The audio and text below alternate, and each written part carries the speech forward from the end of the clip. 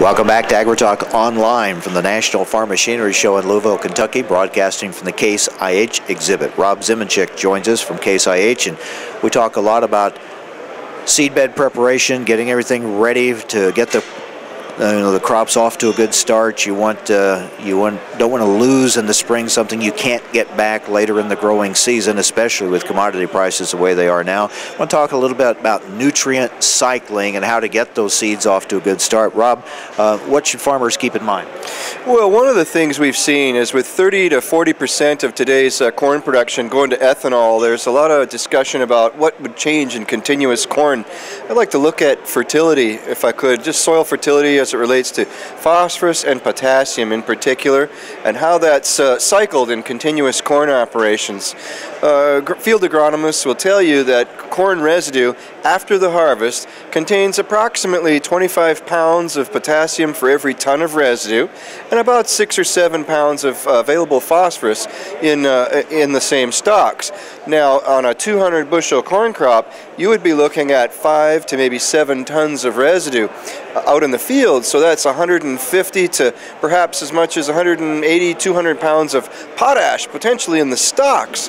Problem is, if it remains sitting on the soil surface and not incorporated or liberated from those stalks, the following corn crop is very dependent on what's in the soil or applied as fertilizer rather than what might come from nutrient cycling of the stalks themselves. So you want to take advantage of what's out there. Oh, it's like cash flow. It's money in the bank, and if you can cycle those nutrients back and sync up that cycling with crop demand, why, you've really hit the sweet spot. So how can Case IH help them do that?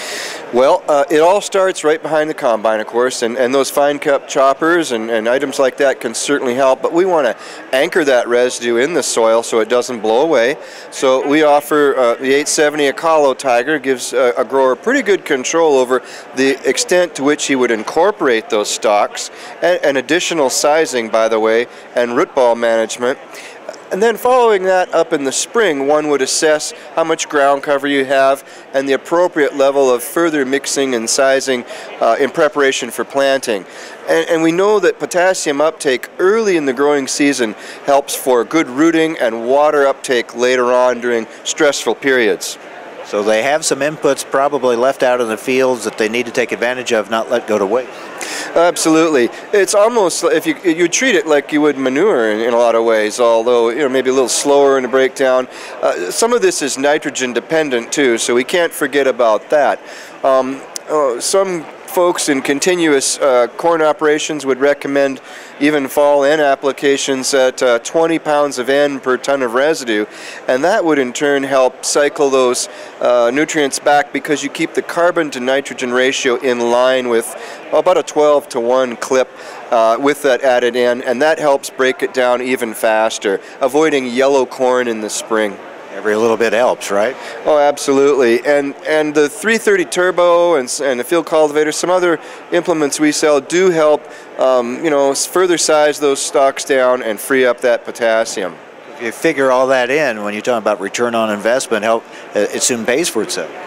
Yeah, it's a profit center. It's a profit opportunity for the grower, and yield begets yield as long as you manage those stalks appropriately. So what we're talking about here is not a physical barrier to stand emergence, but really one of the segments of the fertility pool that's out in the landscape to take advantage of to drive further yields in the following year. Great tip, a great concept to keep in mind for farmers as we head to the fields here very soon. All right, Rob, thank you very much. You're most welcome. Thank you. Rob Zimmenchik with Case IH. We'll take a break, come back with more from the Case IH exhibit at the National Farm Machinery Show in Louisville, Kentucky. This is AgriTalk Online.